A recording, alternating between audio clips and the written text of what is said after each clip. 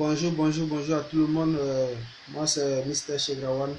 Voilà, vous pouvez aussi m'appeler Mr. SO. Vous voyez, dans la vie, il y a certaines choses qu'il faut comprendre. Voilà, il y a certaines choses qu'il faut comprendre. Comme une nation du Côte d'Ivoire, pays de paix, pays d'hospitalité, pays de persévérance, pays de développement. Mais pourquoi on ne peut pas s'attendre dans un pays? Pourquoi? On voit d'autres pays qui sont en paix, on n'a jamais entendu des crises. On n'a jamais entendu que tel président a fait tant, ou bien tel maire a fait tant. Mais c'est toujours en Côte d'Ivoire, il y a tous ces gens de trucs. Pourquoi nous ne pouvons pas nous asseoir et parler franchement, s'attendre, se pardonner et vivre une paix éternelle? Pourquoi?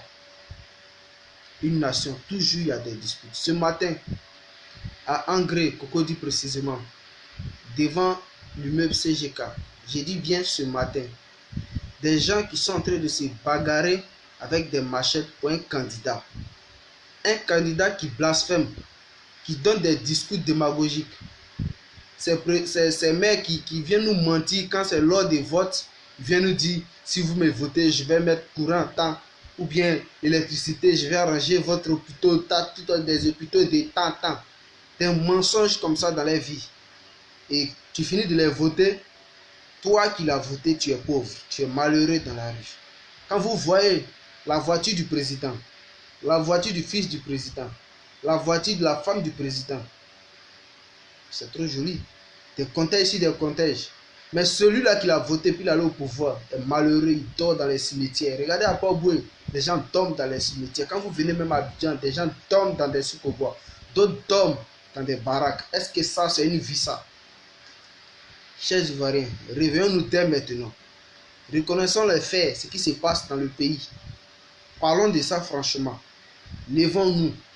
On dit, la Côte d'Ivoire, nous ne baissons jamais les bras. Mais pourquoi nous ne pouvons pas agir face à cette sorte? À telle sorte, on doit maintenant réagir. Mais on regarde des gens et on ne dit rien. Mais c'est malheureux, c'est très malheureux. Les frères Ivoiriens, vous voyez ces t-shirts que j'ai portés? Moi, je l'ai porté parce que c'est un t-shirt, sinon je ne le connais même pas. Je ne le connais pas. Voilà. Des conneries comme ça. Comme un pays peut avancer. Au temps de Gbagbo, il n'y a pas eu de ça. On a eu des élections municipales comme régionales qui étaient, comme on appelle, en parfaite harmonie, qui s'est bien passé en parfaite harmonie. Mais pourquoi aujourd'hui tout cela se passe? Ce pays est vraiment gâté. Nous ne pouvons plus respirer. Disons stop à ça. Levons-nous et combattons. Réclamons notre droit à ce qui se passe dans ce pays. Les gens viennent nous tuer par-ci par-là. Oh, pourtant, c'est les mêmes que nous votons pour mettre au pouvoir. Le pays est gâté. Frères Ivoiriens, frères, sœurs Ivoiriens et Ivoiriennes, levons-nous dès maintenant et disons non. Disons non. Non à ça. Nous ne voulons pas la souffrance dans notre pays. Nous voulons la paix et non la guerre. Alors, disons stop à tout ça. Nous, les enfants de ce pays, nous devons nous lever. Regardez aujourd'hui, on vient nous vendre 1000 grammes de chocolat à 1150. Des fois même à 950. Or, pourtant, le cultivateur prend 1 kg à 750. Vous voyez? Or, pourtant, 1000 grammes qui n'arrivent même pas à 1 kg est payé à 1100 francs. Regardez comment le pays se comporte. Vraiment, j'en ai marre. J'en ai marre de ça.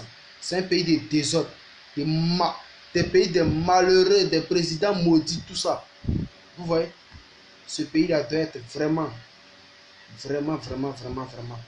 doit s'asseoir et discuter de ça. Oufou n'a pas laissé ce pays comme ça. Réfléchissez et donnez-nous la suite. C'était Chegrawan. Si vous voulez me voir, ici de l'autre côté.